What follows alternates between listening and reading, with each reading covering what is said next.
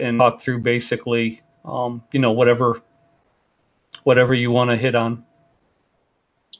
I like it. It's good. Well, let's roll into this thing. I'll kick us off with our little intro here. All right. Welcome to the Dynasty Self Help Podcast. It's a podcast helping you self-actualize in the hobby of Dynasty Fantasy Football. A show where we help you sort through the facts and the narratives because our splits show that we are really good at that, especially in home games, except when we trail in the fourth quarter. I'm Kyle LaPointe, downloading my thoughts to you from Fort Worth, Texas, and joining us from State College, Pennsylvania, is my co-host, Jeremy Schwob. How are you now?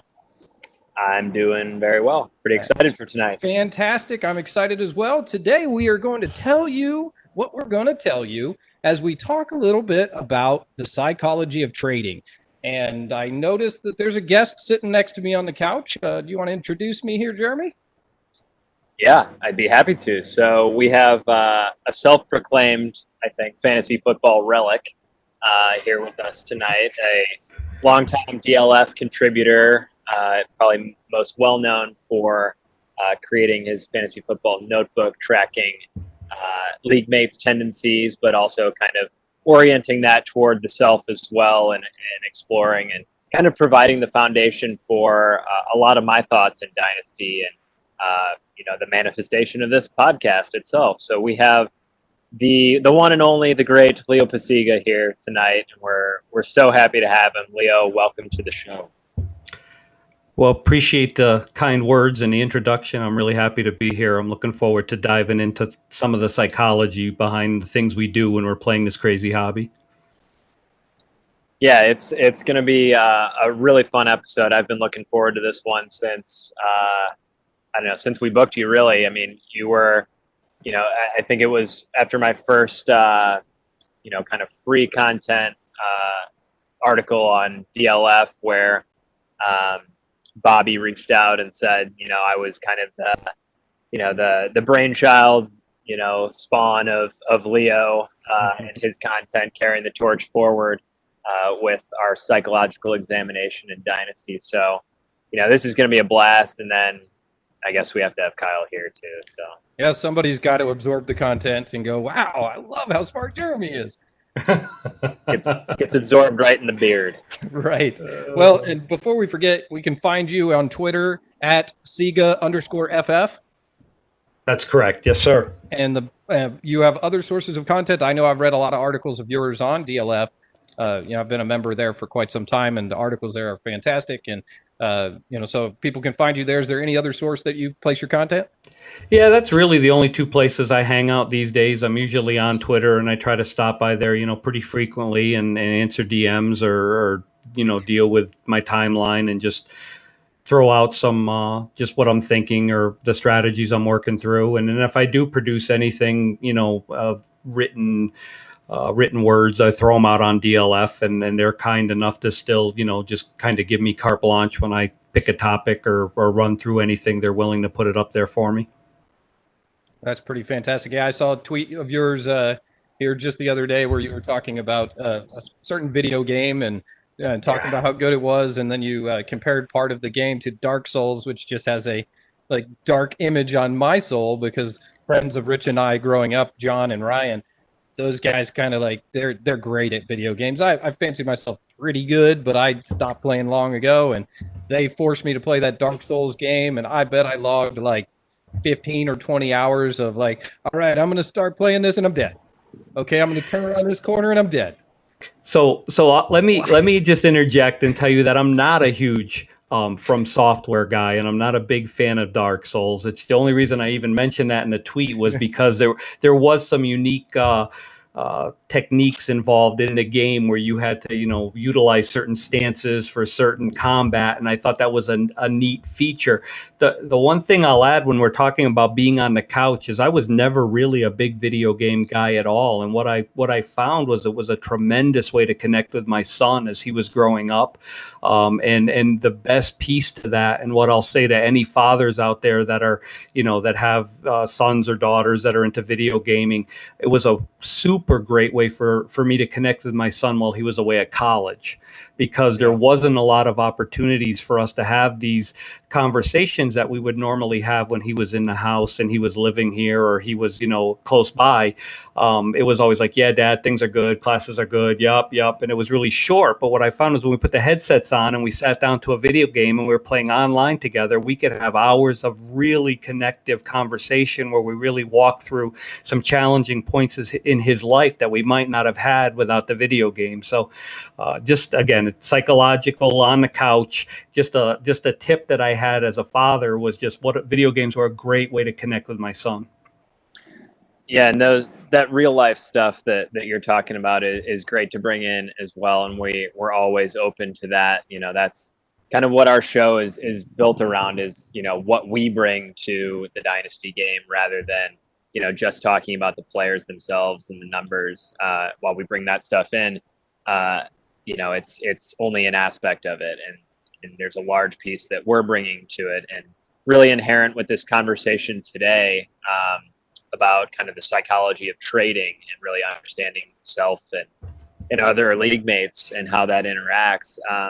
That really just highlights kind of the beauty, in my opinion, of our podcast, where a lot of this content within the Dynasty context is coming from our everyday kind of human psychological processes and experiences. And so we get a glimpse into Leo's life and Kyle and I's and even Rich's at some point, or at sometimes. And, it really just helps us kind of talk through those, great moments, those difficulties, those issues, those frustrations, fears, whatever it may be. I'm an open book, Jer. The book is open. Better for worse. But, within that, it's great to talk about it with kind of the safeguard of talking about this in a Dynasty context or in a video game context where, we can get somewhat personal without kind of spilling it all out there in a therapy session. So, we'll welcome that, and I suspect that we'll get more into that as well. Oh, and that's a pretty neat deal because, that concept that you just brought up about bonding with your child, I had the opposite experience when I was in college. My dad and I actually played quite a bit of fantasy hockey together. And that was never really we're a hockey family. We kind of grew up. Well, I grew up in my later teens playing a lot of hockey and all that stuff. So we loved the sport of hockey. We bonded around that. But then when we were gone, it was like, well, let's try this fantasy hockey thing. And I had time in college, and he had the desire to still stay connected with the son. So fantasy hockey is way more daily grind than playing fantasy football. It's not trade once a week and set your lineups and maybe hit waivers. It's every day start this left wing or this center. And, so it's almost like baseball, but not quite as bad. But yeah, I mean, that was a great experience. And like you said, you look back at those situations and hopefully your son feels the same way as you, that was a really positive thing. I think he does. And, we joke about it now, and, he's grown now, he's 26 and he's kind of on his own. And every once in a while he'll hit me up for some fantasy football insight. But as far as the video games go, I think I'm just nowhere in his league. So I'm more of a burden now to bring me along. We still have some moments where we connect, but he remembers, and he'll bring it up every once in a while. And again, those times were crucial just because, we worked through some difficult circumstances in his life, and it gave me an opportunity to connect with him. So anytime you can do that as a father, I mean, that's your legacy, right? That's what you leave behind is how do you raise your kids and how much time did you invest in them? And it's important. Yep. And so in the fantasy football world, you're the relic, but in the video game world, you're the new. That's absolutely 100% accurate. Your evaluation skills are spot on. For the first time. Yeah. I win. All right. I quit. See you guys later. All right. Why don't I just give a quick overview for both Leo and the listeners about what we're going to talk about. So we are going to talk about the psychology of trading and the various nuances into that. And, we're trying to go a deeper layer into that, not just the things that kind of annoy us in trades and things you may have heard before, to try and get a more thoughtful conversation going around that. We'll have Kyle slide over and let Leo join him on the hot cushion. And then we'll do a little rapid fire trading exercise. And then we may talk a little bit more about trading time permitting. How does that all sound? Sounds good. Works for me, sir. All right. So before we get into our topic today, Leo, this is the Dynasty Self Help Podcast. We're here to help you learn more about yourself, hopefully. So in Dynasty, what would you say is the thing you need the most help with? If I had to put my finger on one thing, it would be the relationship between contracts and future state rosters. I don't, we all talk about or discuss, hey, so-and-so's a free agent or this is a contract year. But there's so much in the team management aspect of how the NFL handles caps and player contracts and lengths of contracts and who they can cut and who they can move. And I don't ever really incorporate the detail of the contracts into, especially when you consider like offensive linemen or some of the other ancillary positions that have such an impact on your stars that you're looking to acquire or looking to plug into your lineup every day or every weekend. Those ancillary positions are key, and I don't follow contract lengths, years, dollars, and all that really comes into play. Some of the most strategic articles I read on Twitter or on some of the sites are just a correlation between how locked up an offensive line is, or just some of those other key positions. And again, that evades me.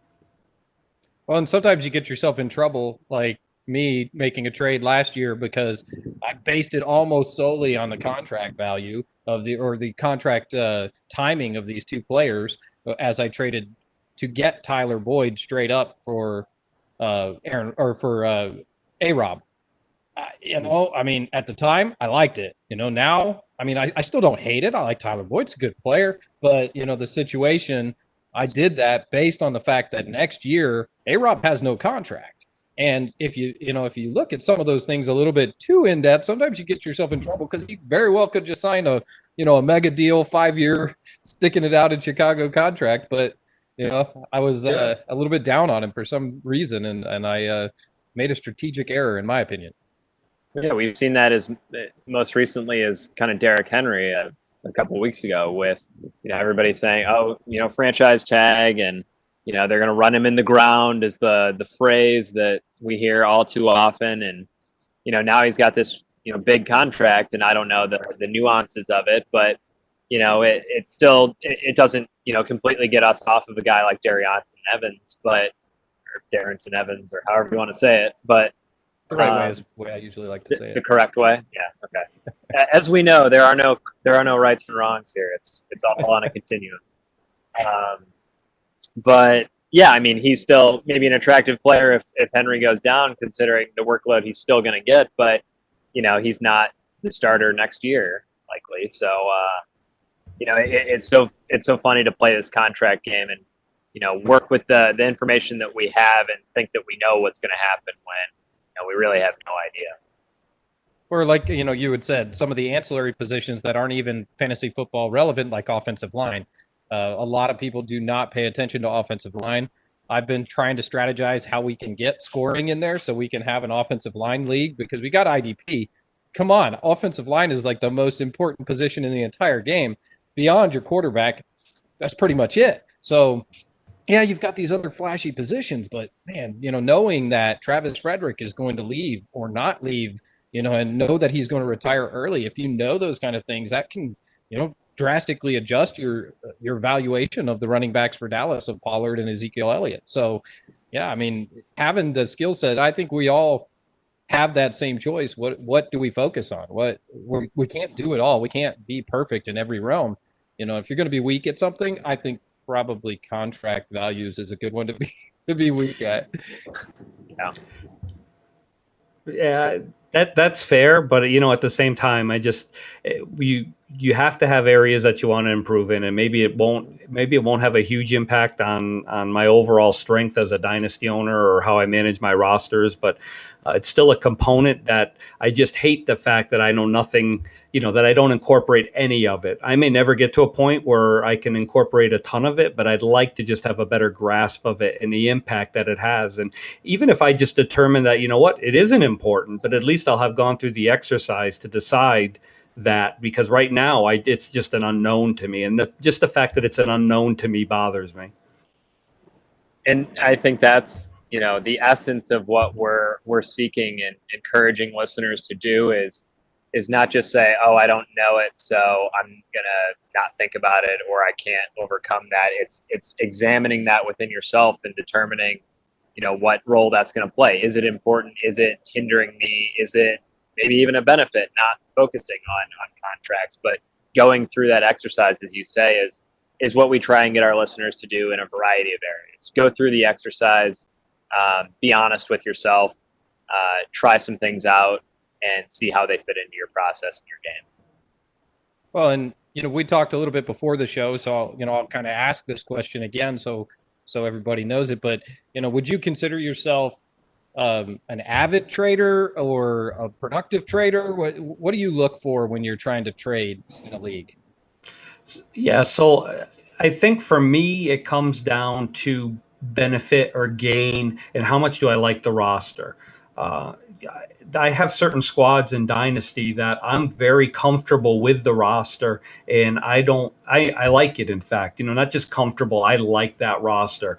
And somebody would really have to overpay to instigate a trade negotiation with me, because I want to go into the season with that roster. I'll see some folks on Twitter and they'll be like, you just got to constantly churn your roster, or, trade to trade, or, just to be moving guys and be active and foster that activity.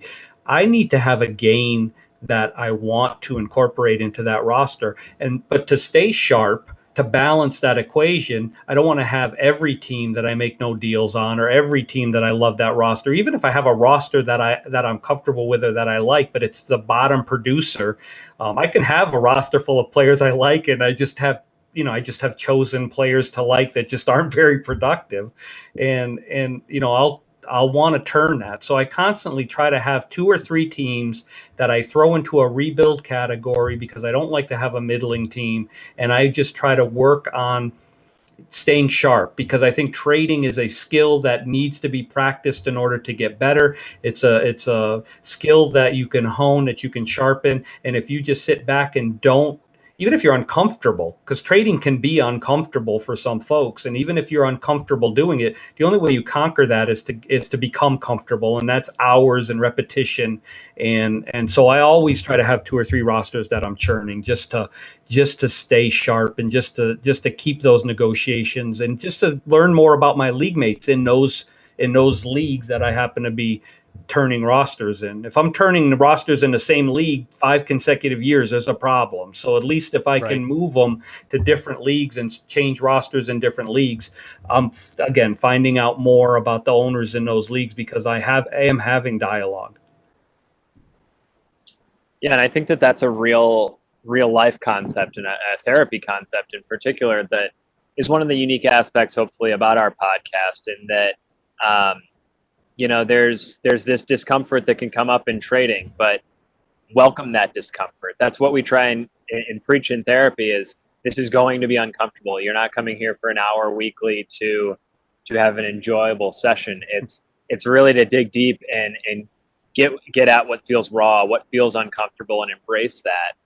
Because really what we're trying to do is break down existing structures, break down existing processes and feelings of understanding, to kind of seek a better, more improved, more functional perspective. And that's not us telling you what is the better perspective. It's guiding you to examine that for yourself and try new things and see what works better for you.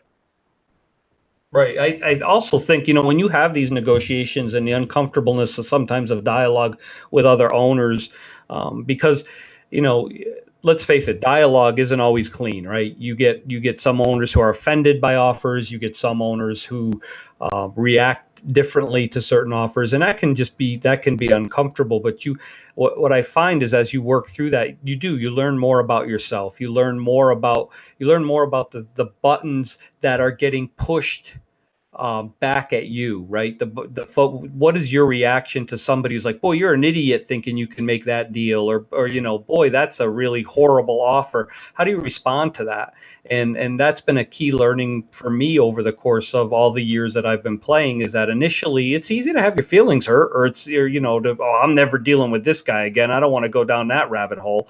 But the bottom, you learn more about yourself and how you handle those responses, and you build on that, and then you're able to go back and start to be stronger in those negotiations, and kind of have an idea of how, if you know how you're going to react or what your instant reaction is going to be, you can prepare for that, and you can say, okay, this time I'm not good. This guy always gives me a hard time when I send him an offer, always thinks I'm an idiot when I send him an offer, but I'm not going to let that bother me because I'm going to try to get a deal done.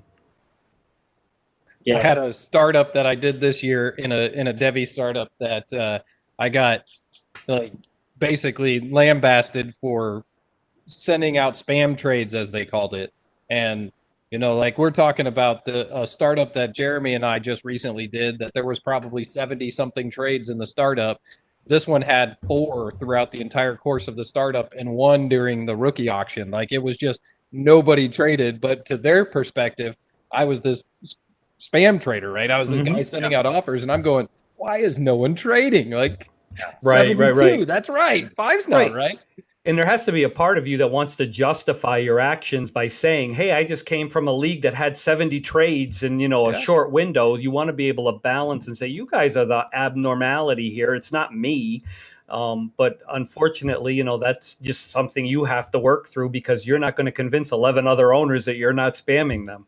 Wow, they don't care. And it's not all the 11. It's only the 2 loud ones. And you feel like it's the 11 by the time you balance their words out to everybody else, and nobody said anything. But really, that's the way we all are, right? We take a look at that, and we think just because we heard 1 or 2 people say it, that those 1 or 2 people are speaking for everyone. And they're really not. They're 1 or 2 people. They're just spam commenting. They're spam commenting. Yeah, Leo, I think that your comment about it's essentially taking the notebook one step further and looking at then the examination of what that says about you, and it's really a nice snapshot of your perceptions of those other people, rather than what those people, you call it, or we look for other people's tendencies, but it's your view of their tendencies. And it's so often that we see, basic advice for trading, like, oh, look at your roster, see what you have, look at somebody else's roster and see what, the mesh points are, see where they have holes. But that's where people don't stop and say, think about what you're doing. That's you in that moment thinking what fits for them, rather than, what they actually think. Because I get so many offers, because my teams are built so wide receiver heavy, that are like, get a couple running backs, like a Mark Ingram and Ronald Jones for like a Cortland Sutton or something like that I don't think that those 2 add up to him. But you could say, oh, Jeremy, you look really thin at running back and you have 7 starting wide receivers. Like, seems like a good deal here. And it's like, that does not fit my process at all, to think about like, oh, I need 2 lower level running backs to to get rid of depth elsewhere. But so often people think that way, and they think through their own conceptualization of team building. Right, absolutely. They apply their own strategies to your roster, and I have had dialogues with certain owners where they'll say to me, well, why wouldn't you need a running back? Why wouldn't you trade this guy? He's your 5th wide receiver. He's not even going to see your starting lineup all season long. And that's when I try to take a moment, and even though sometimes it feels like a wasted exercise, I still feel that as much as I try to profile and get glean some information from every interaction, I try to provide some. And so I'll take the time in that response to say basically what you just said, and say, that doesn't fit my process. That doesn't fit how I evaluate my roster. You may feel that way. You may actually be correct. He may not see my starting lineup for the rest of the year, but these are the 3 reasons, or the 2 reasons why I think that, this doesn't work for me. And again, that some folks may just be like, just click reject and be over with it. But to me, part of that exchange is what builds the foundation for future trades, because if I can give him some insight into how I value, next time he'll go into that deal and he'll say, I'm not going to frame it this way. Let me come at it from a different perspective. I could be over analyzing it, or projecting my own habits in this instance as well, like we just talked about. But I think by providing that information, I'm giving them a little bit of a notebook or a little bit of a blueprint so we can move forward more positively. Yeah, and that, you're talking about communication, which is, I think, what maybe the higher level or the dynasty owner that's been in this for a while kind of understands and clicks with. But I think it goes even beyond that, and it's that within trading there's this development of this interpersonal relationship that's really important. And communication is the probably the one way, whether it be through a reject or a trade offer or a comment or a group me or whatever it may be. These are kind of the ways that we respond to each other. But in essence, we're talking with other human beings. It's not some other computer that's sending us an offer. We're not trading against Madden. And it's important to realize that within that league, that you can cut off that relationship, you can burn that bridge, you can say this guy's crazy, and I can just never see things through his eyes. But that also cuts off 8% of the roster pool, from being able to potentially be on your roster. And so, within that interpersonal relationship, there's also, other factors like you're trying to at times be a salesman, and hopefully not, being the cheap car salesman that tells everybody why their players are, other players are terrible and they're the ones they're selling are great. But, there is a sales aspect to it. You are in this to try and get something done. And it can even take the flavor of kind of, poker, where there's a little bit of deception. You don't want to show your hand sometimes. But you're trying to keep your cards close to your chest at the same time. And you're talking about it from a standpoint of valuable player for valuable player, from a degree, but you can even have almost like what I call net neutral deals, where you just happen to get something that you want out of it. And it can even be draft picks, right? You could be in the third round of a rookie draft, and you could have a target that you absolutely into the third round, but because you have somebody that you've already deals with, you can knock on that door and you can, hey, how about a third next year? Or whereas if let's make that deal. Whereas if you've just basically, alienated that owner from just poor dialogue, you may not have the opportunity to reach out and grab that third rounder that you really want. So it doesn't always have to be, star player. It can always be those net neutral deals where you're moving guys at the bottom of your roster to try to get on in front of a breakout or to get an extra draft pick. And that's when those conversations that you've had where you've laid that foundation really come into play. Well, and I think, too, that you build over time. So I've been in a redraft league, a house league here for over a decade now. And we have a great time. And I'm telling you, I mentioned one guy earlier. He's in that league, our lifetime long friend, Ryan. Him and I can't trade. Like, it won't happen. Like, we have such different valuations of what's going on. And I know Ryan's perspective is more about certain players, certain names, whereas – another player, Chris, a guy that I brew beer with, him and we trade all the time because we both know in the redraft, our strategies are very similar. We want to score the most points every week. And when we look at each other's roster, if I can get a few more points out of wide receiver by trading him this running back and he gets this wide receiver and we both get 3 more points a week, it doesn't really matter who got the value, who does. Like, we just trade real easy. So sometimes by having those dialogues and past conversations, when you come to the guy, you don't even have to have that requisite talk where you're trying to explain what you're looking for. I just pretty much go to Chris and I'm like, hey, I'm trying to get 5 points out of a wide receiver. So can you give me this guy or not? I'm like, well, I can for this running back. Okay, sweet. Let's do it. And we got it set. Whereas if I go deal with Ryan, it's going to be more talk on the name. We're going to have to the certain player and, well, this guy's opportunity. And there's more analysis and sometimes narrative, but really it's his analysis that he doesn't. He's got very specific players he likes. And so I know if I'm not offering one of those specific players he likes, I might as well not even come to the table. Yeah, that's absolutely, when we get back, we talk about the notebooks that I keep and for my leagues, and being in, I think 18 leagues now, which is down from what it used to be. It used to be a big number to me. Yeah, now I'm like, yeah, it's 18. Yeah, nope. Yeah, well, yeah, it was in the 30s at one point in time. So, I still pull out the notebook though, because if I haven't gotten a trade offer from a particular owner in a season or half a season, I still, when that trade offer hits my inbox, I pull that notebook out and I take a look, and I look back to say, okay, what negotiations have we had? What comments did I throw in there? Were they easy? Were they hard? Were they difficult? Was it easy to get an additional late round draft pick out of a deal?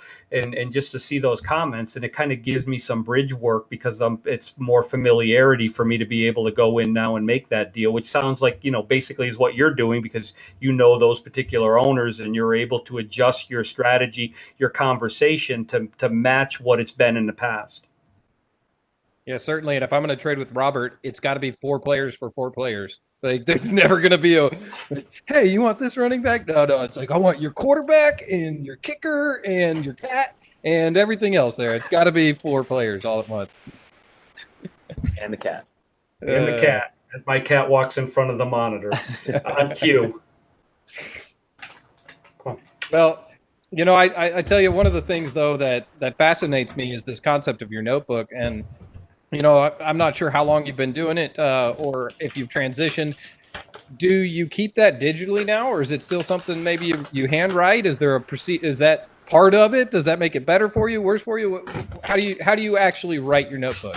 So writing is therapeutic for me.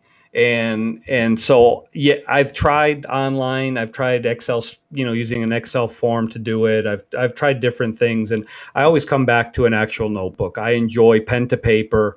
Again, it's therapeutic for me, and I retain it better when I'm actually writing it pen to paper. So, I only remember things if I put pen to paper. Right. So that helps.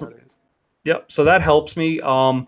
And I don't track. It's refined itself over the years. When I first started, I tracked everything. I tracked waiver moves. I tracked blind bid dollars. I tracked. It was a obsessive compulsive, basically, because it was just something that I enjoyed doing, and I just went full steam ahead.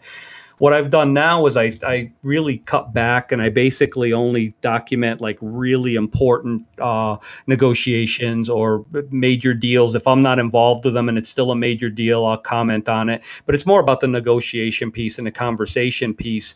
What I've really transitioned to trying to have an idea of and document is the social media aspect, because 10 years ago, 5 years ago, social media wasn't as prevalent as it is today, right? So you had magazine articles and you had some radio shows, but you really didn't have the number of podcasts and interactions that you see on Twitter or other, message board forums and whatnot. So being able to try to line up some of my league mates with who they follow on Twitter and what podcasts they listen to has been a new component over the course of just the last 3 years. Because if somebody listens to a podcast where they bang the drum for 40 minutes on acquiring a certain player, I'm not high on that player, and I have a share or two, and I know this particular owner listens to that podcast, I'm going to go knock on that door, because he's just listened for 45 minutes about how he should get that player. And I'm going to see if I can flip it and come out with a premium on that and benefit. So identifying what league mates in my leagues follow certain podcasts, again, certain personalities, has been my focus, and where I've really tried to streamline things, because I think it is such a huge component, because social media drives everything now, from a lot of our fantasy leagues. So I think that's fun. I actually put out a tweet a while back where I've had some owners that won't tell you who they listen to for just that reason. And I just kind of put that out on Twitter, and I said, You want to know who I listen to, and you want to try to keep up with who I listen to, because I speed listen. So, I mean, I can listen. The slowest I listen to anything is 1.5. I listen to books at 3 times or faster. And, I can listen to so much content and absorb it so quick. Like, I don't have one source that sucks in all of that bias like you're talking about, or potential narrative. I've got so many at once. It's like I'm shell shocked. I don't tend to have that one guy I love, because I just listen to 45 people. You want to know who I listen to? It's those 45 people. Yeah, but that's fair. And that would be my notebook entry. My notebook entry on you would be like, don't try to figure it out. Don't waste your time trying to figure it out, and just understand that he's going to have, different sounding boards and different people that he's listening to. And I would focus more, because that isn't an avenue that's open. I would focus more on the dialogue and the exchange that we have, and certain player values that you might put in your timeline. That might not be a podcast, but you may tweet 3 times on, on a particular player. That may be enough for me to come knocking on your door to see if, you're interested in making a move on that player. Jeremy, that Leo's point there takes us all the way back to episode 1 this season, talking about the psychology of attention. I mean, that was the whole. You really have a lot to unpack there, trying to figure out what influences people are accepting from social media, whether willingly or unwillingly or unknowingly. It's interesting to be able to track that, though. It's very CIA. Yeah, absolutely. And I think that I want to relate one of the aspects of trading, which for me is important, which is honesty and transparency. And I talked a little bit about deception before, but, I find that being straightforward about my values, straightforward about my roster construction, what I'm looking for in a trade, really facilitates quick deals. And I think that not only gets that deal done, but it also kind of leads those owners to come back, the next time that they, as Rich is saying, read a Twitter blurb or a news article or something like that, and they're like, oh, I got to trade this guy, or I got to move him, or I got to go acquire him from Jeremy. So it does facilitate that quick deal. And I want to know, Leo, for you, where deception fits in, because I hate nothing more than the guy that's on the clock. This is often Kyle in drafts. That's like, oh, look who's still there. I'm going to take him if nobody wants him, and then inevitably, like, he does not want that guy, and you wait 10 minutes, and then he takes somebody else, and it's like nice tactic there. That was really successful, and some people may bite on it, but where does being less transparent or even deceitful at times fit into kind of how you interact with others? I agree with you 100% that transparency and being candid is extremely important, and I do try to. I think it fosters better relationships. And all the things that you mentioned were spot on. I think it builds a good foundation. I think folks, when they realize you're being transparent, appreciate that aspect and are willing to come knock on the door more frequently. Where things can get a little tough is, and I just lost my train of thought. That is tough. I can tell you. And earlier when you were making a comment on how you would just write that in your notebook, that don't even bother, that's pretty much my wife's notebook about me. So, I was going to say that, I've been now, as a trained psychotherapist, I've been working with Kyle here. This is our 13th session, and I have no idea how to help him. So, okay. So to jump back real quick, because it finally came back to me. Thank you for buying me a few seconds to ratchet through those compartments in the back corner of my mind to pull that back out. So to tie it to one particular owner, where I think this is a fair example, I have one owner who will always lead with a pretty lopsided offer, and what's their name, Leo? You're not going to get it right here. What's your Twitter handle? What's their address? So, yeah, right. And so, and it's usually a very large trade. Like the initial offer is usually like 8 guys on their side, 8 guys on my side, draft picks, and it takes 20 minutes to parse through the numbers and the data and figure out whether it's worthy of even negotiation. Well, so what I found over the years, though, is that even if I'm interested in the deal, even if I think it's a good foundation and we just need to tweak it a little bit, if I act like it's a close deal or I act like there's some value, we'll never get a deal done. But yet, if I say, yeah, I'm not the least bit interested, this isn't even close, this is just a waste of time, this is a futile exercise, and I just cold turkey it and walk away, with no doubt within 3 days, he's going to come back and I'm going to get a different offer, and it's going to be, we're going to build and we're going to get to a trade. Right. But if I try to work through that initial offer, even if I like it right off the bat, I just know from experience, we're not getting a deal done. It's just not happening. So in that instance, because I know it'll get us to the ultimate goal, I'll walk away or act like I'm not interested, even though I am interested. So there is a level of deceit there. But as far as just those initial conversations, I try to be as upfront as I can. That's just one particular instance, though, where I've learned that being upfront and being candid and trying to work through it has zero value. Well, there's some therapeutic techniques that are involved in there too. I mean, it's no different than, we talked about wives and kids and these other deals. You have to deal with different family members and different situations. And just because that type of a technique doesn't work for you, it might work for them. Like the men are from Mars and women are from Venus type stuff, right? I mean, that's how my wife is. I have to just listen to her, and I'm a problem solver. That's what I do. I literally went to college to solve problems. Like, that's what I do. And so when she hands me problems, what did I do for the first 10 years of our marriage? I tried to solve them.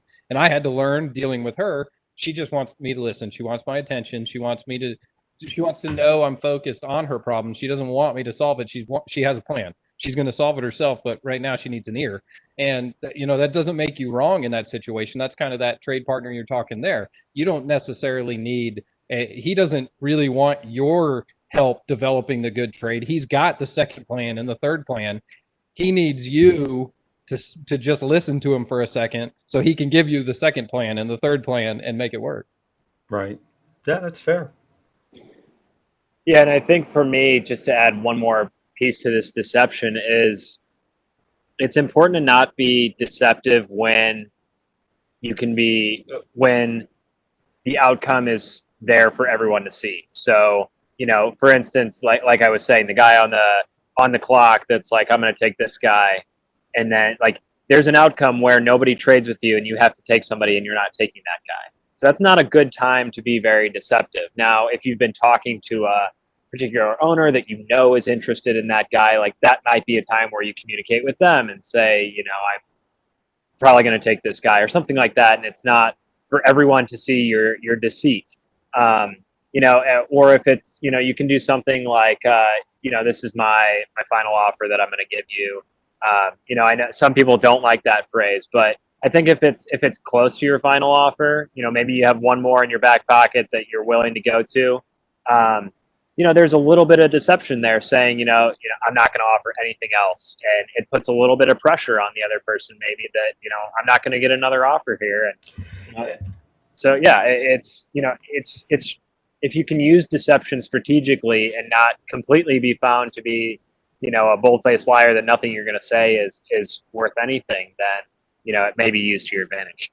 Yeah, I think you have to stay somewhat close to your moral compass, right? Everybody's moral compass is a little different, but I think you need to stay close to to your own moral compass. And it's one thing to blur the line a little bit and to blur the data a little bit or the circumstance a little bit. It's completely different to find out a guy blew his knee out and send out 20 offers. Right. So, again,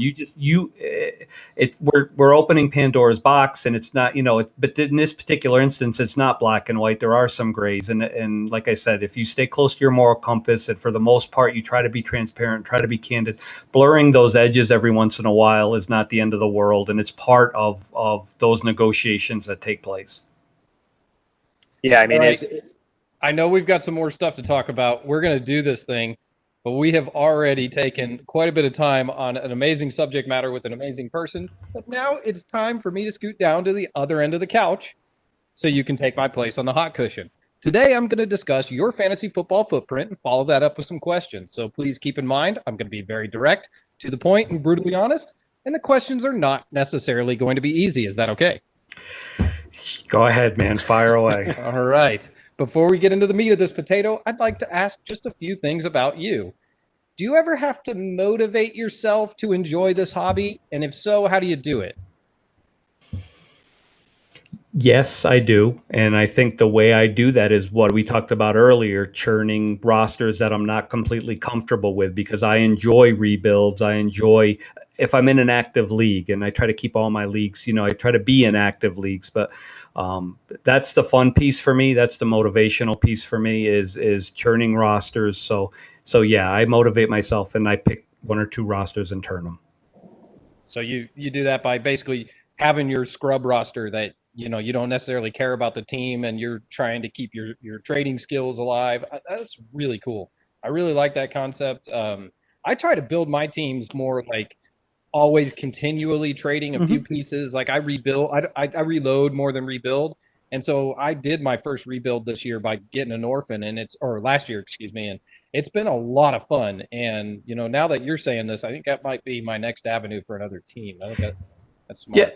Again, you need an active league, because a rebuild in a league where there's not a lot of trading is extremely difficult, and it can be just excruciating trying to get things done and flip that roster.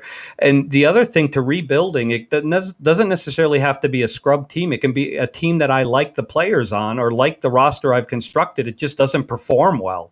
Right. Sometimes you get a collaboration of players together. You think you've built a good roster, you like the roster, but it just, it's middle of the pack for whatever reason. And sometimes those are the ones that I just have to say, and the ones I enjoy doing. That I was wrong the first blueprint.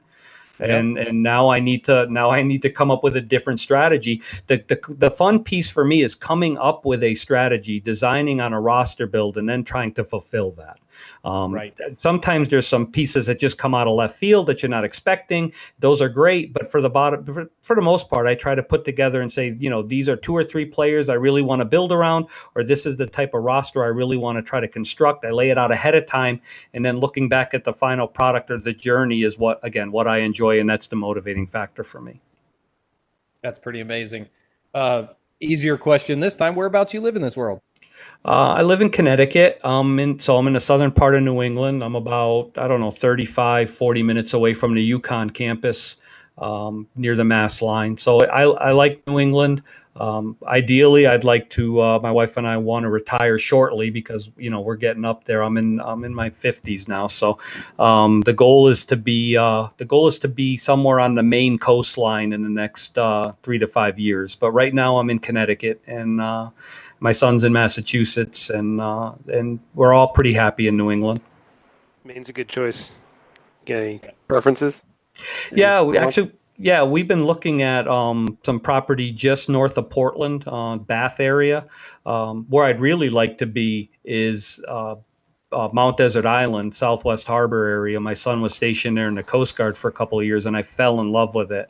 But just from a practicality standpoint and being close to family, that's a little further north, a little more isolated, a little more difficult to get to. But right now, I think the perfect blend of just cost and lifestyle and just being near the water puts us north of Portland. Bath area seems to be, what's calling our attention the most. Yeah, my family used to vacation up in the Acadia area, and it was beautiful. Good time. I guess. Sorry, guys, the vacation bug is calling. Yeah. Okay, so obviously you've been playing fantasy football a long time. We discussed some of this stuff earlier. Have you ever made a trade that you instantly regretted? Can I change it a pair? Sure. And say that I rejected one that I instantly regretted? That works. In a contract league, my favorite league, I drafted Laquan Treadwell. I think I drafted him third that year, and somebody drafted Michael Thomas fifth, and they offered me Michael Thomas and a first for Laquan Treadwell and a second, and I turned it down and immediately regretted it and tried to go back and make that deal, and that deal haunts me to this day. It's amazing. Sometimes you think about that and the way you turned that around. Like, sometimes it's not the opportunities that you lost on, it's the ones you missed out on. Mm-hmm. That's pretty intriguing. So I'm a beer guy. hold on before you go to that, Kyle. Okay. So I think that that's really important and something I'm highlighting in this psychology of trading article for DLF is that every decision or every trade offer or every trade rejection is a decision. So it's not just the trades that you complete. So like, the owners that are overly cautious or overly safe, or even don't even send offers, like that's a decision. And so you can make, there's no right and wrongs, but you can make overly conservative decisions that hurt you.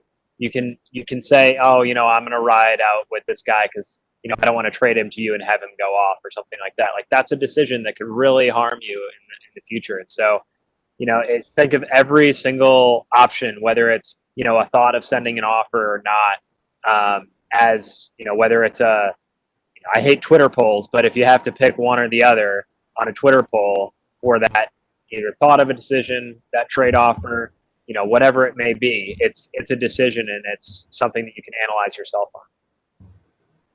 Okay, so I was going to say I'm a beer guy, and I don't really know the beer scene in Connecticut. Do you have any major breweries or microbreweries that are major in the area that you tend to frequent or appreciate?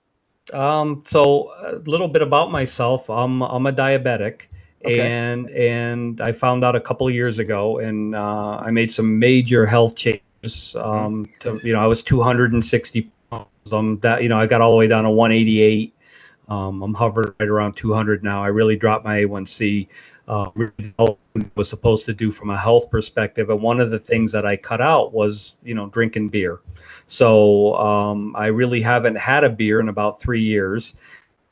Every once in a while I'll still have a drink. It's not very often. I'm more of a Tito's vodka guy.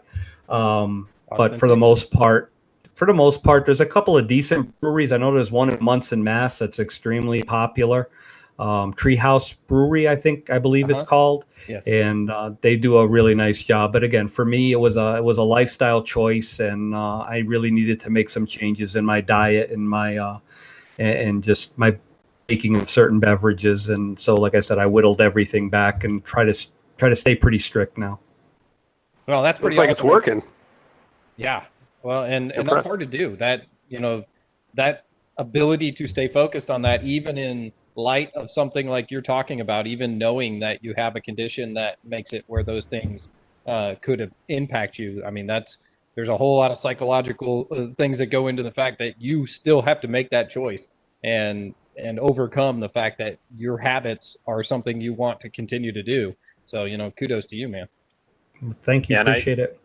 Absolutely. And, I talk in therapy all the time about coping and, coping with something like, finding out you're diabetic and needing to make changes. Oftentimes some people may cope with that by wanting to drink. And so by eliminating something like that, that's, shows the strength and your kind of fortitude and your ability to cope. We talked a little bit, prior to the show, and just life in general is difficult now. And some of the things that I went through, with my health, just getting it right, righting the ship. And like I said, today with COVID and some of the other issues that are going on, I talked about pen to paper being therapeutic, and it truly is for me. And, just one point that I would share to anybody who's struggling is when you're able to write and you're able to put some of your feelings down to paper. Some people may think it's trivial, but again, I found it extremely helpful my whole life. And the fact that I was able to take some of those challenging situations that were kind of scary at the time when I found out I had, certain health concerns that I needed to really rectify. I can look back now on that journey because it's documented, in a journal, and I can look back on the things I accomplished and the feelings I had then and see where I was at. And it really helps motivate me. We talked about motivation earlier. The fact that I can see that journey on a page by page basis really helps motivate me, and it helps me just to strategize and to kind of sort through some of the fears and emotions and concerns that come along with just the intensity of the situation. And I could listen to you talk all day. You've got some amazing information and life experience that you can give to people. I'm going to give you, though, my final intro question before we get into the real hard-hitting analysis. What is your favorite thing about fantasy football cheerleaders? Fantasy football cheerleaders? The outfits? I have no idea. Yeah, I like that it's co-ed and that throw the girls up in the air and do all this. I don't even know if that really is. I like football cheerleaders. I like points per pom pom leagues. Points per pom pom league. There you go.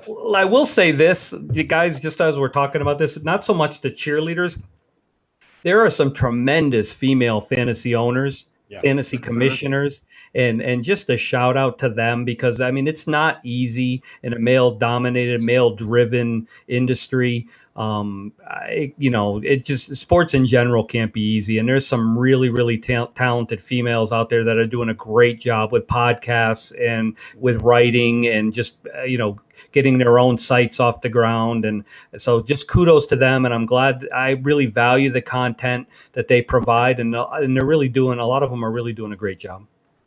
Yeah. And especially in our, current societal landscape where, we just really need to be advocates for anyone that, has been held down, has, just been overlooked by our kind of societal structures that, have been ingrained over time. And, I know that, somebody kind of came at Liz Loza, I think last week or something like that. And, it was awesome to see everybody just, kind of there to support her. But she also, just showed how awesome and strong she is by just like dominating whoever that was with like one comment. And everybody was just like, we don't even need to say anything because Liz already handled it herself.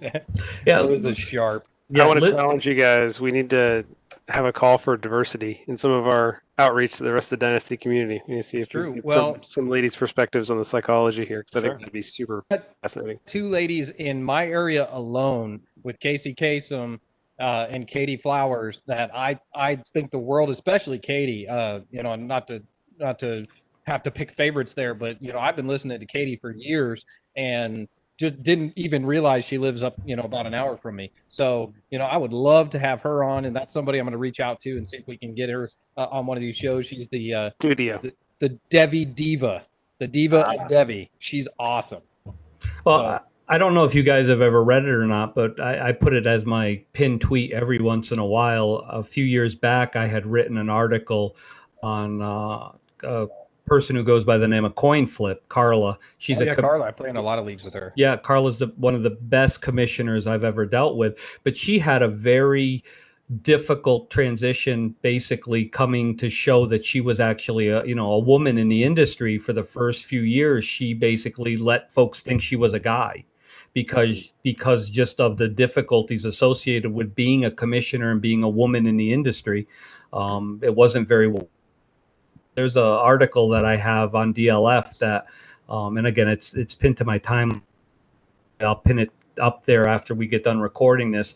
It's entitled "A Fantasy Football Odyssey," and it just kind of goes back and captures her, just the difficulties she faced and how she ended up making that announcement and basing folks know, she was a woman in the industry, and she was very capable and did a fantastic job.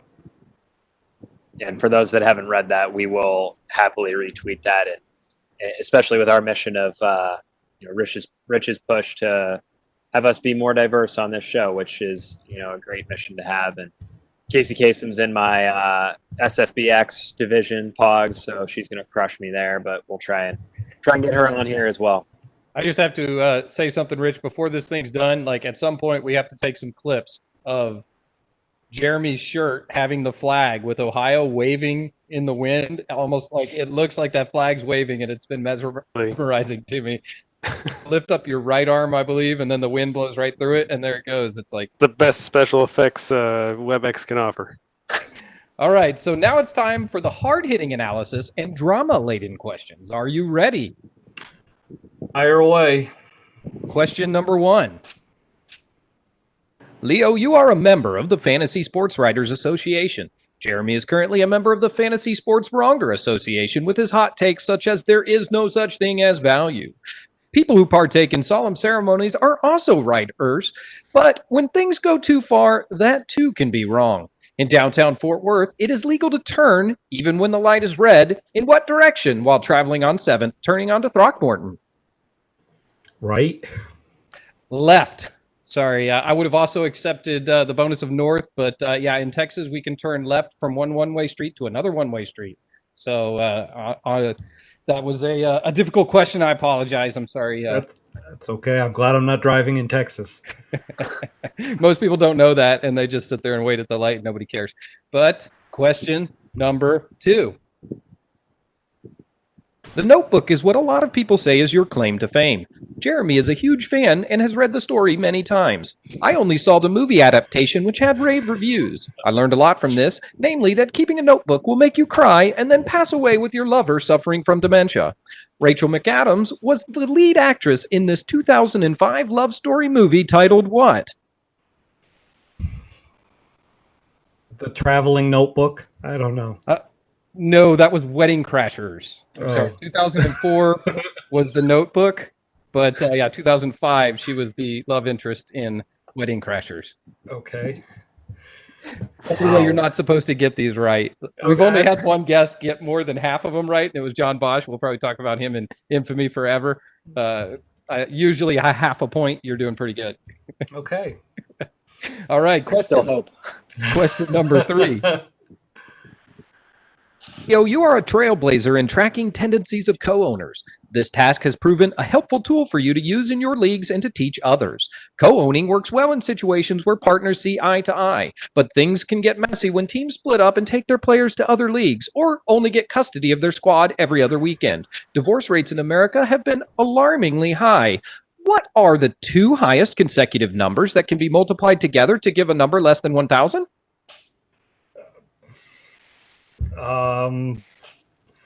29 and 30. That's really freaking close. I'm going to give him a half a point. It's 31 and 32. Oh, my God. That's really damn close. Posted your half point. You're up in the leaderboard. That's good. All right. Question number 4. QBs are a cheat code in Superflex formats, at least for the most traditional scoring. Some ideas are emerging to nerf QBs, like seen in the Scott Fishbowl 10. This methodology seemed to work as the ADP during that tournament reflects later pushes for QB3 or QB2. In the film True Lies, Arnold Schwarzenegger's wife was played by Jamie Curtis. Jamie Curtis usually goes by 3 names. What is the middle name of the commanding general of the Union Army during the American Civil War?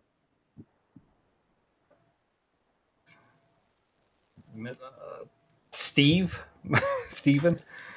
It was actually Ulysses. So he was. I thought it was Ulysses S. Grant, so I was going with the S. He was born Hiram Ulysses Grant and changed his name to Ulysses S. Grant. I don't even know that the S actually is a name. I think it's just like literally S period is what he chose. I just went for the most common name beginning with S. Well, the whole point of all of these is to make it a little more difficult on you to answer the question as I give you a whole lot of fodder to make it more difficult. But thank you for your time. I appreciate your candid and truthful answers and my insightful and hard-hitting analysis. It was fantastic. Leo, you're immortalized on the leaderboard with half a point forever. Yeah. I think you're tied for second. That was so close. That's a really hard one. And for you to be 3/4 of a point. Yeah. Yeah, we might move him up 0.51. Let's move him. He's got to be above Justin. 0.51. I have no problem bumping Justin down a peg. I will take it. Well, I'm going to switch over to our other game. Rich, do you by chance have like a function where you can pull up a 1-minute timer? Yeah. Because I have. I'm not going to put it on screen, but I'll keep you honest. Yeah, I don't know how this is. I don't know if you can. Oops. No, this is good. Good television. Where's my camera? My camera's covered. Yeah, it's pretty good. Okay, maybe I'll do that. It's backwards, but no, it's not for us. Okay. Oh, it's not. No, just for me. Okay, never mind, Rich. I got it. This is great for the live streamers. Yeah, I'm not going to cut this out at all. All right. So now I'm going to transition over to our next segment, which, Leo, I'm calling the trade timer. Okay. So prior to the show, I asked you to share one of your Dynasty rosters with us. And this is actually one that you've been talking about on Twitter and kind of posting updates and your transparency of your process for. So we'll also tweet that out so people can follow along too. But we're looking for, kind of a quick snapshot of where you're at with this roster. And then I'll get into some of the rules of what we're going to do with this game. Okay. So why don't you just give me how about I read the players as they currently stand? At least this is as of 6/20/2020. So at QB, well, is this a super flex or a 1 QB league? 1 QB. I'm 1 QB. Folks who follow me know I'm not a huge fan of Superflex, but Okay. So yeah, most of the leagues I'm in are all 1 QB. Okay, so I'm going to run through these real quick. So at QB, you have Daniel Jones, Drew Lock, and Mitch Trubisky. Mm-hmm. Running back, you have Saquon Barkley, Miles Sanders, Darius Geis, Ronald Jones, Tony Pollard, and Darrell Henderson. Wide receiver, Devontae Adams, Allen Robinson, DJ Moore, Calvin Ridley, DJ Chark, Cortland Sutton, Corey Davis, Paris Campbell, JJ Arcega-Whiteside, or Arthega, if you will, Brian Edwards, and Van Jefferson. Rounding it out at tight end, you have Irv Smith Jr. and Dawson Knox. Mm-hmm. Good. Okay, so that's the team we're working with. Yep. So this trade timer exercise is we're going to have you make essentially 4 trades, negotiating with Kyle and I separately. We're going to alternate, so you can start with me, and then we'll kick it over to Kyle and come back to me. So what we want you to do is make these 4 trades to improve your roster, whether that makes you more of a contender, whether that takes this continuing in a more youthful direction. Basically, as you mentioned before, finding your comfort with the roster, whatever that means to you. As context, Kyle and I are going to have access to basically every pick and player that you do not possess. Okay? So this is just an exercise. And the idea is that we're going to make these judgments and make these negotiations as quick as possible. So you're going to have 1 minute to negotiate each trade. So you'll then start with me, and we have a minute on the clock. You can use the entire clock, or you can say, I'll take that deal, and we'll move on to the next one before the time expires. If the time expires, you have to take the last trade that was offered to you. And we're not gonna kind of backpedal and throw you the worst offer at the end or anything like that. We're gonna kind of make a progression, and Kyle and I separately are motivated to make deals in this exercise as well. Okay. Does that all make sense so far? So far. Okay. Yep. So at the end, what we're gonna do, as much as it can. Yeah. At the end, we're gonna recap each of these moves separately, as well as kind of your total net gain and loss. Okay. So before we start the exercise, before we get the clock going, I just want to know your current feelings about this roster that you have, and kind of in an ideal world, what types of assets would you be looking to acquire? So before the last deal I made, which netted me Saquon and A-Rob, I was probably looking at 2021, 2022 as where I was really going to try to put a stranglehold on this league. The Saquon A-Rob deal kind of puts me in more of a position where I think if 2020 were a normal season, I would be competitive and I would be ready to challenge now. So if that's my looking glass and that's where I'm at, I would probably look to upgrade my quarterback and my tight end position by maybe utilizing some of my other assets. That said, the other area I would look at is the fact that I don't have any of the running backs on any of my rosters that were the top tier in this year's rookie class. So I would potentially be looking at flipping maybe the Miles Sanders hype currently, and maybe landing a Jonathan Taylor, and maybe packaging somewhere else and trying to get a bump somewhere else. That would be my strategy, looking at it 30 seconds into it. Okay. Yeah, that's great. And then I also want to provide you some information that you likely would have collected on us over time in your notebook. So just in general, for me, I tend to build around young, kind of prime wide receivers with, a good college profile of early production. And I typically devalue most other positions. Certainly in one QB, I don't care about QBs at all. I typically don't care about tight ends at all, and devalue running backs a lot more than others. Kyle, do you want to give a quick blurb about what you typically build for? So certainly in all my leagues, I build towards scoring the most points. So I will build heavy at any position that scores the most points. So if quarterback has a bonus, even with one QB, I'm going to try to build with better QBs. I would prefer to have a QB that I know can do something or score extra points. If it's not a tight end premium or it's not something where I get a massive gain for tight end, I'm going to play that one down a little bit. But I also know I can, I basically am not going to lose much after the top six, anywhere between those other positions. I like the wide receivers in the same profile that Jeremy does.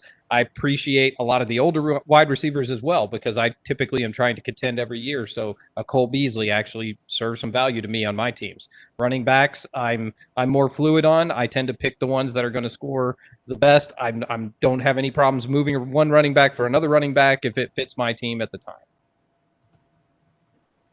All right. So now Leo is fully prepared for this rapid fire segment. I will give it my best. All right. So what I'm going to do here is I'm going to flip this clock around for you. And then we'll get going. And I can, again, we have access to everything that you don't have for pick's sake, since we don't know exactly, what picks you have. We'll just assume you have all your future picks, say 4 rounds of picks or something like that. Okay. Okay.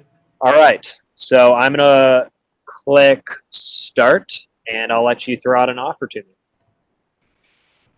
Okay, let's go. The opening offer will be Miles Sanders and DJ Moore, and a 2021 second for Jonathan Taylor, Juju Smith-Schuster, and a 2021 first.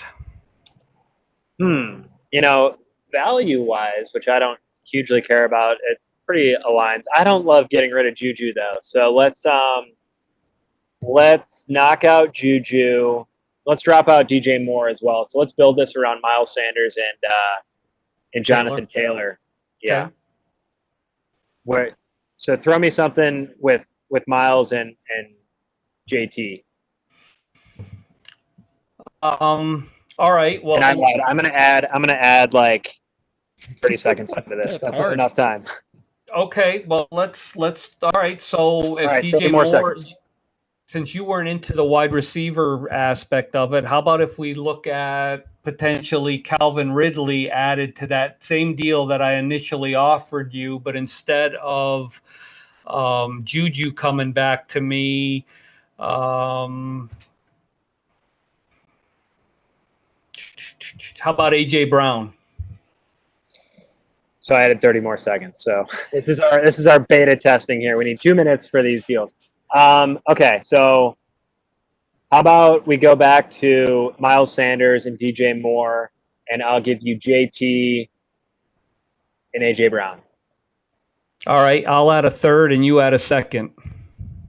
All right, done. Okay, let's up that deal. That's a good trade. All right, let me write that down just so that we have it recapped. So, Leo, you sent me Miles, you sent me DJ Moore, and a third, 2021 third. Yep, and got back Jonathan Taylor. Whoops, sorry, my cat just walked over my keyboard. Jonathan Taylor. I should have asked for the cat. You should have. I'd have given her to. No, I'm only kidding. I wouldn't have. She's my security blanket. I keep her. She's my like Linus's blanket. That's what my cat is. It was AJ Brown and 21 seconds. Yep. Okay, cool. Got that. I'm gonna put 2 minutes on the clock for you and Kyle, and go. Okay, let's continue that. Let's go with let's do Calvin Ridley, Drew Lock, and Dawson Knox. And let's get back.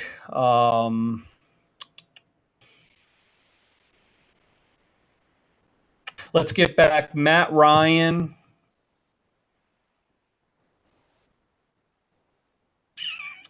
Sorry, I don't mean to take so long. Let's get back Matt Ryan. Get back Aiden Hurst. And let's get back, want a wide receiver back, but it doesn't need to be and Stephon Diggs. Okay, I got no problems with that. Calvin Ridley is not necessarily on my list, but I see you've got DJ Chark over there. I'd much prefer Chark over Calvin Ridley.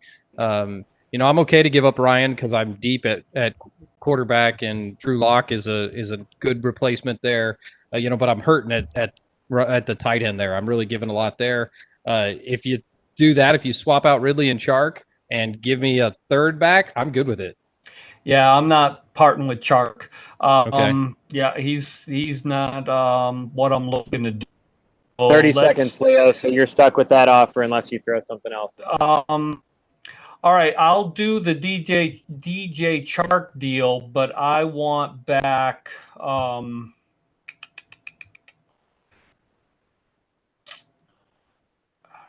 I guess I'm going to probably be 10 seconds, Leo. Yeah. Throw something together.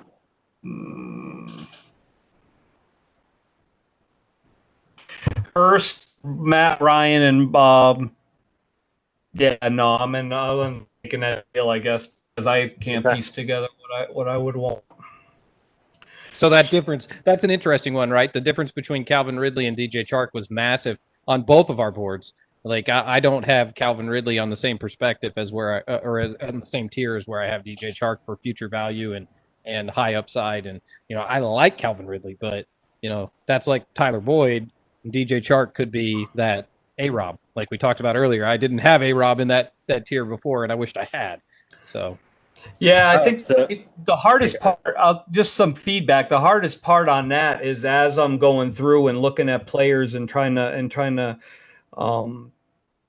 as I should have written it down. And I think, now again, learning from every step of the way and what would I take in a notebook perspective from this exercise, I would have written down my initial offer right off the bat onto the piece of paper so that when I look back, because where I was having trouble in that last 30 seconds is I couldn't remember the receiver from the initial deal that I asked back Diggs. for. It was Stephon Diggs. And I was drawing a blank on, I kept coming back to AJ Brown from the first deal that I made, that was in the forefront of my mind, so that I was grasping at Diggs, and that's where I had some indecision on my part with the timer counting down. So if I were to go through this exercise again, I would know to make sure I write that down. You would want somebody different with maybe some more upside. Maybe it would be okay, we have to change the picks, but maybe instead of Stephon Diggs, you give me back Julio Jones. The window's a little smaller, but the current is higher. Right. Like maybe something like that would have worked pretty good. Yep. Yeah. Once the bump, or actually the other piece I was thinking of is once I bumped up the chart, Hayden Hurst wasn't the plug and play at tight end that I wanted. That could have been too. Yeah, so I was kind of torn between, did I want to upgrade at Stephon Diggs and pull a little bit better of a wide receiver back that maybe didn't fall into your coveted wide receiver group, or did I want to bump the tight end piece up to get somebody that would be more dependable week to week? I mean, I think Hurst is going to be fine in that offense, but there's still a lot of unknown surrounding that. And what is his target share going to be as the new guy coming in with no chemistry already established with, that receiving group, where Hooper had chemistry already established. So that might have been the bump that I would have done. I would have gone up to maybe a little bit higher grade tight end. Sure. All right. So recap me on Kyle. What was your offer that Leo was forced to accept? He gave me Chark, and he gave me Drew Lock. Yep. And he gave me Dawson Knox, and I gave him back Hurst, and I gave him back Matt Ryan, and Stephon Diggs. Stephon Diggs. Yep. Okay. And I think I threw a third in there, but that's third, fourth, or in this type of a league with this small of a roster, it's that's not that big of a deal. I'm really interested to see what that third will become. Yeah. In this hypothetical on my exercise team. where there will be no draft. On my team, I'll tell you in 2 years who it was, and it'll be the best player in the third draft or in the third round that everybody didn't think was going to be a good player, and I'll magically have chosen him. Okay, so you Hypothetically. yes, Right. hypothetically, you gave Leo the third or got the third? He got the third. I got the from third him. degree. Who got it? You both said something. He got it. He got it. Okay, I gave okay. the third. You gave it up. All right.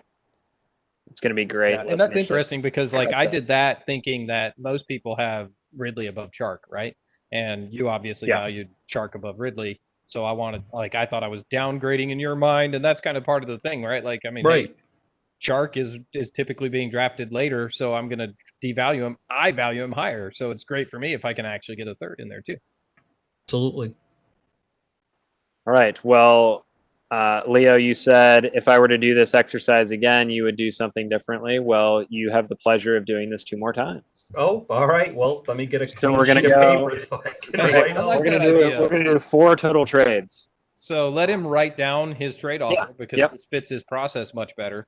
Yep. And we're all about process here on Dynasty Self Help. So, fill your Sure. process in, make your trade offer, and then you have it written down, and then we'll start that 2-minute clock. This is a really good exercise, by the way. I'm always amazed. You've said that like Jeremy 4 comes weeks up. in a row. Dude, I think. like, Yeah. it's amazing how you're really applying your trade that you do in real life to this fantasy football perspective. And I've always appreciated what true therapists do in their sessions, and to have this for my hobby, this is wonderful. It's great. I make people uncomfortable to get them thinking in a different way. That's the whole goal. All right. Are you ready, Leo, for our next trade? Yeah, give me 30 seconds. I just want to pick one more wide receiver to start with. And FYI, since I love love wide receivers, and particularly I love A-Rob, Sutton, and Corey Davis. So you may use that as you wish or not. Okay. I love how noted. decisive Leo is. You can tell how many times he's been involved in these trades, and he knows what he wants. To come up with a trade, most people aren't that creative. Oh, To I'm come not up even with- sure I would get a trade, like an offer out. I'd just be sitting there, like thinking through, like, oh, I don't know. I don't know if I even want to hypothetically offer up trading one of these guys. All right, I'm going to open with. All right, I'm starting your clock. Okay, got it. Okay. I'll give you A-Rob and Sutton. You give me Michael Thomas and a 2021 first. Michael Thomas. I do like breaking down those big assets, but I'm gonna make you work a little bit more. Michael Thomas is untouchable for me. The phrase that we all love to hear. I need something else. I'm happy to trade future picks, but Michael Thomas is not moving from my roster. Okay, I will give you. Let me see. Back real quick at my roster. I will give you A-Rob, and I will give you Corey Davis, and you give me back. You give me back Julio Jones and J.K. Dobbins. I'm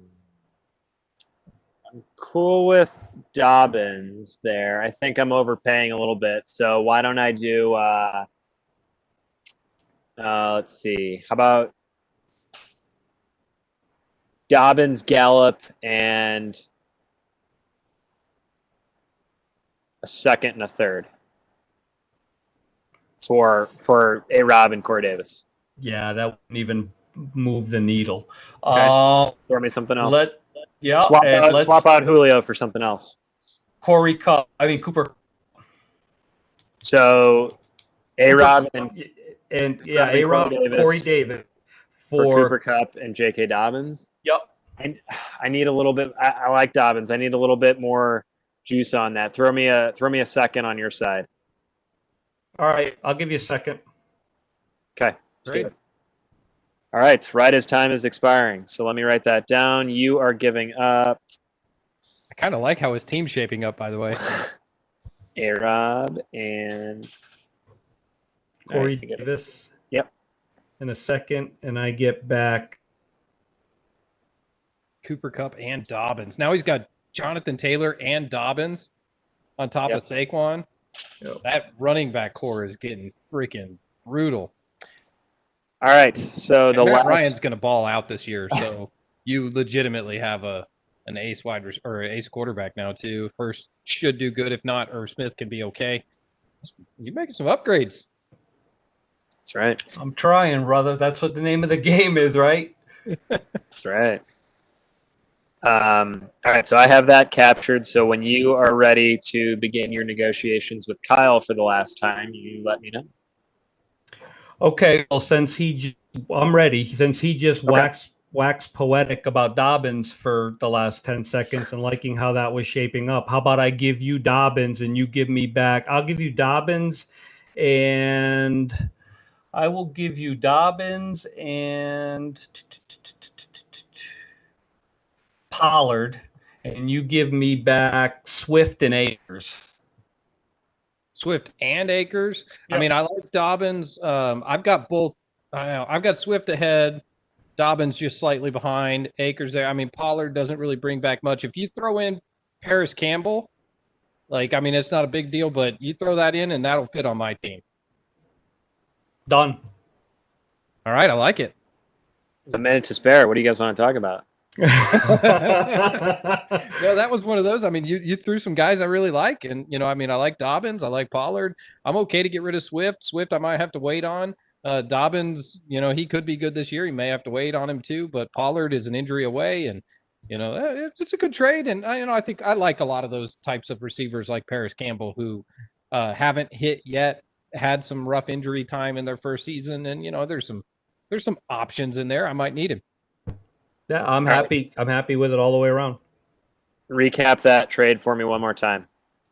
I gave up Dobbins, Pollard, and what was it? A second? Paris Campbell. Oh, I'm sorry, Paris Campbell. Yep, Paris Campbell. Probably a value of a second.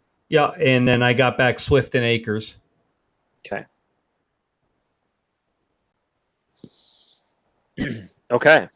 So let me run back through these trades real quick, and then we'll try and consolidate it as best my brain can handle. I bet Leo's already got his roster constructed on probably, that. Probably, he can probably do this for us.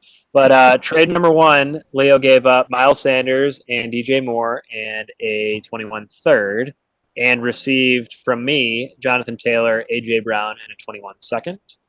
Trade number two was with Kyle.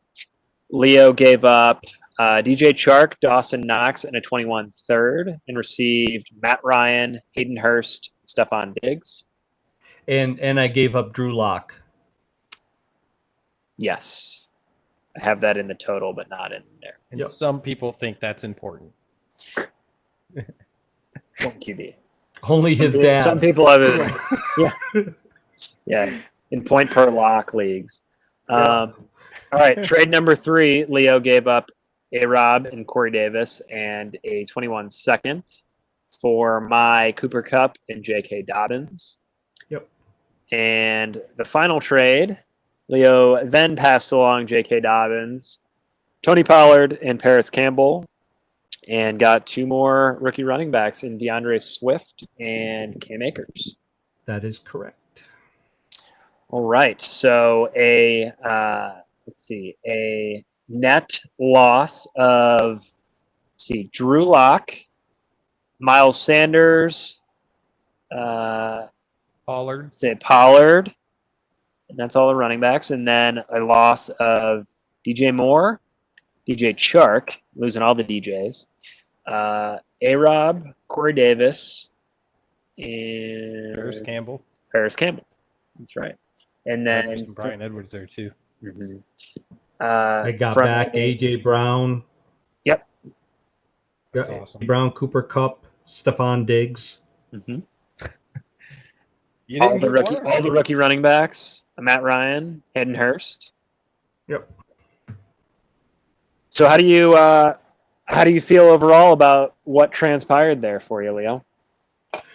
I think that out of everything, the one that I really the one deal that I really liked a lot was the very first one, coming away with Jonathan Taylor and AJ Brown.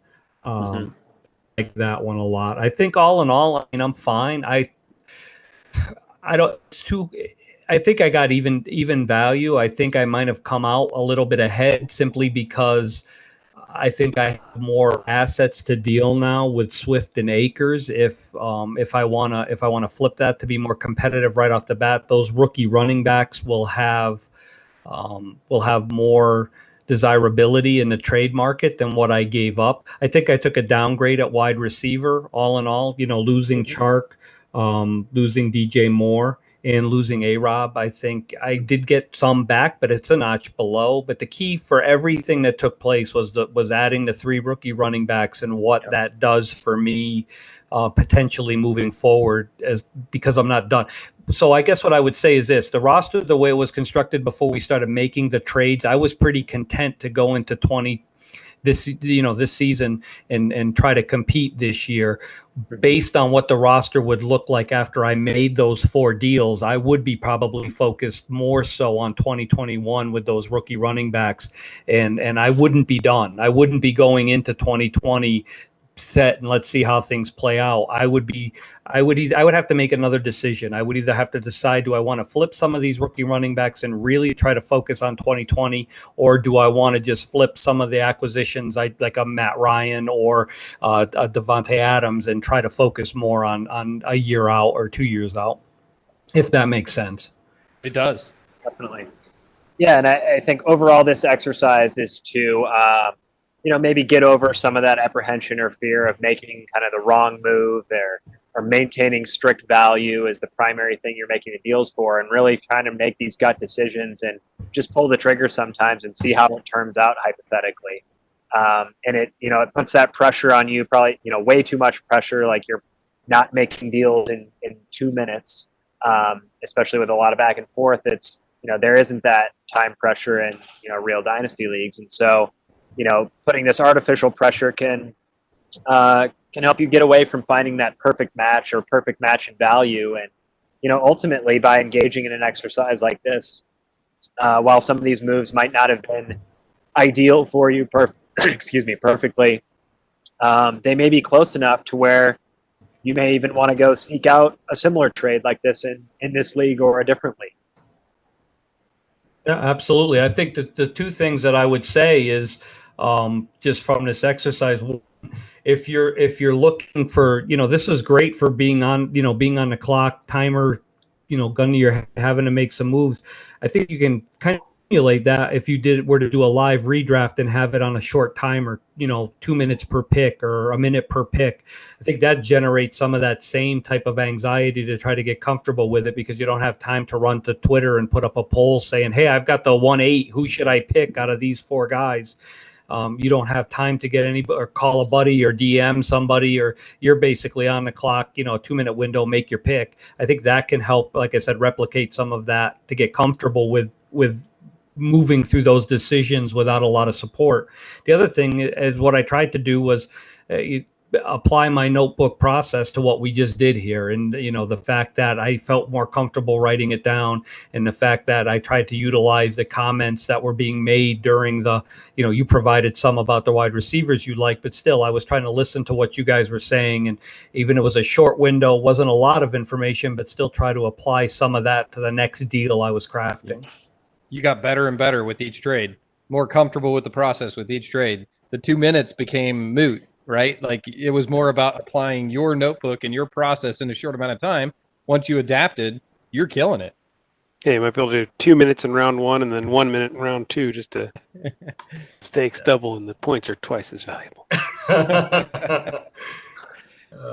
I think that's a really intriguing aspect of everything that we do here, the timer window, and it's something that we'll talk about in future episodes, in an article that Jeremy and I have discussed. But like how long you have on the timer, it's amazing how many people fill that time.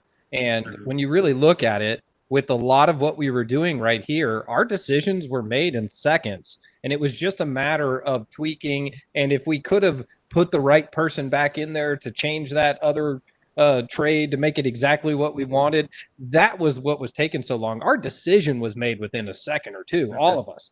And I think people take that, and they often think about, well, you're indecisive because you're taking 5 or 6 hours. You're really not taking the 5 or 6 hours to be decisive. You've made your decision. It's the acceptance of that decision that is often taking a long time for people. Yeah, I think this is where I want to take this kind of last part of our episode with kind of tactics or strategies for getting trades done and getting them done successfully. And I think, Kyle, your point there is really strong in that, it's not, it was more the time that it took to build up the right offer, the initial offer.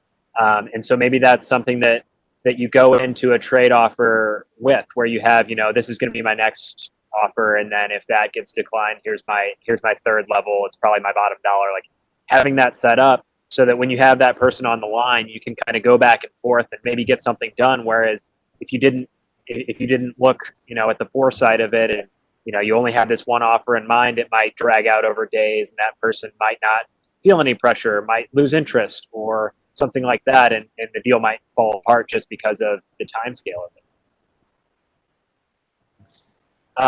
So there's, we also talked about some other things earlier, like transparency and honesty and, use of deception.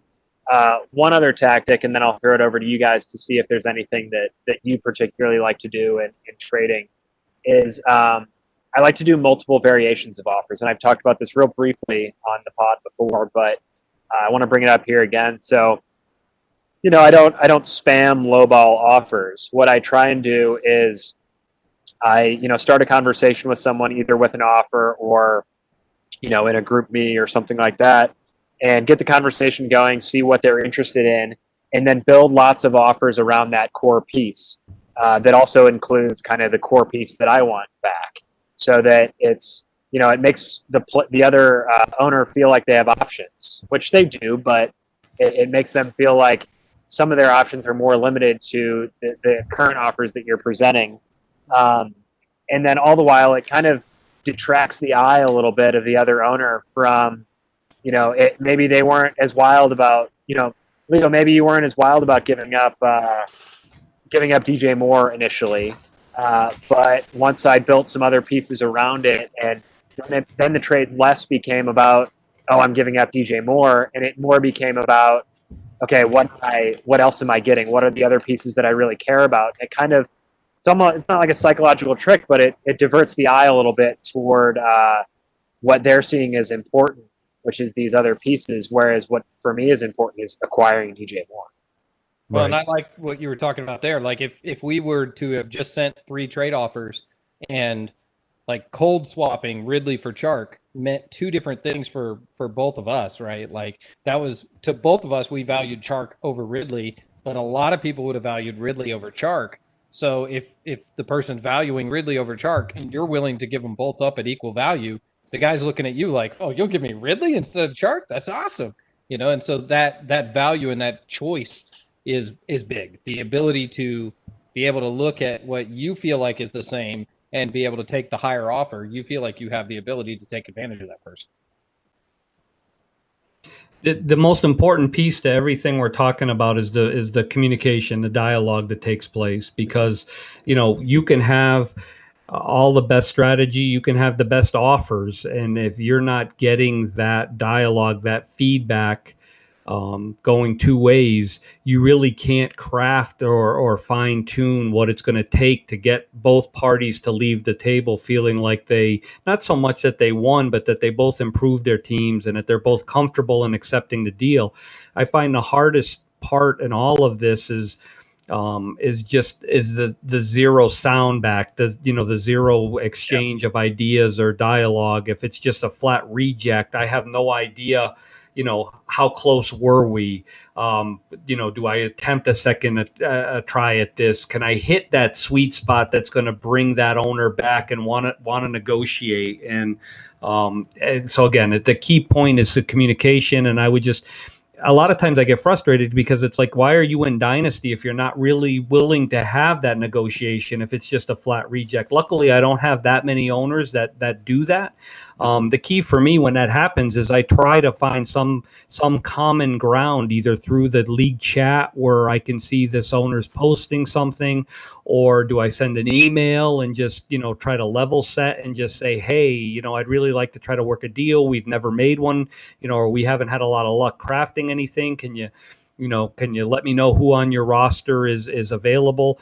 I found that trade bait doesn't generally work because a lot of times folks just put, hey, I'm willing to move these guys, but you better still overpay. And they're my bottom 5 guys on my roster. And it's just a wasted exercise. But I still think the reaching out to have an email conversation or interacting through the chat or through the league message board, whatever you might have, to try to build that exchange with that owner is crucial, because the flat reject will kill every deal. Yeah, without a doubt. We've got, the dialogue going on with different owners and different experiences that you have in those situations. They can make or break a deal, but at the same time, like, just that interaction is kind of what makes the hobby, right? Like, so not everybody's the same. You'll see it on Twitter. You'll see it on these different social media sites where one person hates this and another person's like, well, that's just strategy. I'm going to take 8 hours on my 8 hours of picks every time, because what if somebody wants somebody, and along the same lines of what Jeremy's saying, if you throw out the guy, like in example, like he was in a league where I did that. In my particular situation, I actually had 3 guys that I really liked and a 4th one that I wanted more than the other 3, even though the 3 were valued more. So to me, it's like you put out the 3 guys, like, does anybody want these guys? Like, you can come up and get these guys. Sometimes you have to remind the people that they can come up and get that guy. And, in that case, no, they didn't want it. But I've had leagues where it's like, as soon as you do that, boom, you get a trade offer because they prefer this one guy over this one guy, and you have them in the same tier, so you're not going to lose anything if you move back. So yeah, that dialogue is really what it's all about, and to me, it's the tease. Like, I'll say I want these guys, but really I just want people to say, do you want this guy or not? Like, is this the group? I'm like, are we going to have this fun, or are we not going to have this fun? If nobody wants to talk, I move on and I make my pick and we're good. Yeah. What Leo was saying earlier about how kind of reading your league mates is also kind of a picture, a snapshot of our reaction to it. That holds true, especially when there is no other person comment. There is no communication. There is no feedback, because then it's solely you. So is that quick reject mean that they're not interested at all? Is anything different if they wait 3 days? Does that mean they were considering it, or does that mean they only check every 3 days? And we play these games with ourselves, and it's, it just illuminates how much of, by downplaying the communication or completely removing the communication, it really emphasizes how much of this psychological component is coming from us. Right. Just to apply notebook strategy to this, I had an owner a few years ago that was a flat reject, and I documented that. I tracked it so that I knew that I was bound to have that. What I found was that when I put in a future first round pick, I got comment. It was like, oh, hey, that's close, but and that was the beginning of the dialogue. So I knew that if I wanted to have anything more than a flat reject, I had to be prepared to put a draft pick into that offer in order to spur that conversation. We were ultimately able to make a few deals, but what drove it was that one particular piece that was appealing that, generated the response. So I was able to track the fact that it was nothing, and then all of a sudden, wow! Then now all of a sudden I got a response. What's the difference? What's the variable in that? Okay, well now if I apply that variable going forward, does it still generate the same response? Yes, it does. So now I know what the key is to be able to move forward. So again, just understanding that, profiling that, and knowing what will open the door is very beneficial. Well, I love it, man. I'm looking over at the clock, and I'm seeing that my therapist is pointing at his watch, and he's got his notebook there, and I might have to pay for a second session if I keep going on. So Jeremy, will you remind us who we're talking to today? Yeah, we had an amazing episode with the great Leo Paciga. Thanks so much for joining us, Leo. Your insight, like Kyle said earlier, we could probably just sit here and listen to you all night, and until the sun comes back up. But we got to respect your time, and we got to make this a listenable episode and not be an audiobook. But tell us again where we can find what you're doing on Twitter and on DLF. Yeah, if I'm writing, you'll find it on DLF, and I'll post something on Twitter to let you know that I've written something. But it's pretty much at Ciga_FF, CIGA_FF. And going back to what we talked about a little earlier, I pinned a tweet that has Fantasy Football Odyssey that talks a little bit about Carla and her journey as a commissioner and what she faced. And so if anybody gets a chance to go back and read that, it's pinned now in my timeline. So a really good story, and I think it's worth the read. Well, Leo, thanks so much for everything that you do for the community, and particularly a heartfelt thank you from me for kind of being the inspiration to diving into this hobby of mine now, and really the content that I produce. I've said this to you on Twitter quite a bit, but you were the founder of this, the trailblazer of this area, and I give you credit every time I can, and You do. Appreciate everything you've done to spark those ideas for me, and to spark this podcast really going forward. So thank you again. I appreciate that. Thank you for the kind words, and I love the job you guys are doing, and watching you carry that banner and expand upon it and make it your own it has been really fun to watch. And like I said, you guys are doing a tremendous job. So keep it up. I've enjoyed the time. I especially enjoyed learning that I can take a left turn in Texas on a red light down a one-way street. So that's phenomenal. I can't wait to visit and try that. And anyway, thank you guys. Appreciate the time. And it was fun to dust off the mic. I don't do this very often, but you guys made it pretty painless. All right. Well, we're happy to hear that. We'll certainly reach out to you in the future again to have you back on to self-improve going forward, as always. So we are out of time here today. So follow us on Twitter. We're at Dynasty Self Help. Follow our wonderful producer, Rich, at Streaming Rich. Poor old Kyle at Dogleg Brewer. And I'm at Jer Schwob. We will see you next session. That was awesome. Great. Leo, Good you show, can't guys. tell that you don't do this very often. Jeez, oh Pete, you're amazing.